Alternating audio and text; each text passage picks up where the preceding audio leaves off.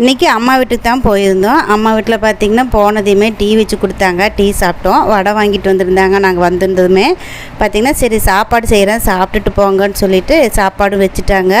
தக்காளி சாப்பாடு தான் செய்கிறேன்னு சொல்லிட்டு செஞ்சுட்டு இருந்தாங்க. அதுக்குள்ளே சரி வடை சாப்பிடுங்கன்னு சொல்லிட்டு வடைக்கு மாட்டு வந்து குழம்பு ஊற்றி கொடுத்துருந்தாங்க. நாங்கள் எல்லோரும் உட்காந்துருந்து வடை சாப்பிட்டுட்டு இருந்தோம். அதுக்குள்ளே அம்மாவும் தக்காளி சாப்பாட்டுக்கு எல்லாம் ரெடி பண்ணிட்டாங்க.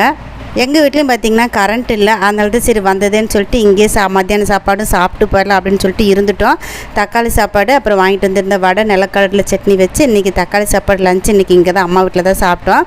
வந்துட்டு ஈரோடு போக வேண்டிய வேலை இருந்துச்சுன்னு சொல்லிவிட்டு நான் கிளம்பிட்டு இருந்தேன். அப்போ ஒன்று நான் ஆர்டர் பண்ணியிருந்த பார்சல் ஒன்று வந்திருந்துச்சு. என்னன்னு பார்த்திங்கன்னா டேபிள் கிளாத்து தான் பண்ணியிருந்தேன். ஈரோட்டில் பார்த்திங்கன்னா நான் முழுக்க தேடிட்டேங்க. ஆனால் வந்து இந்த டேபிள் கிளாத்து எனக்கு கிடைக்கவே இல்லை. இந்த ஓவல் சைஸில் இந்த டேபிள் கிளாத்து எங்கேயுமே கிடைக்கல. அப்படிங்கிறனால தான் ஃப்ளிப்கார்ட்டில் ஆர்டர் பண்ணியிருந்தோம். வந்துருந்துச்சு. அது நல்லா டேபிளில் போட்டதுக்கப்புறம்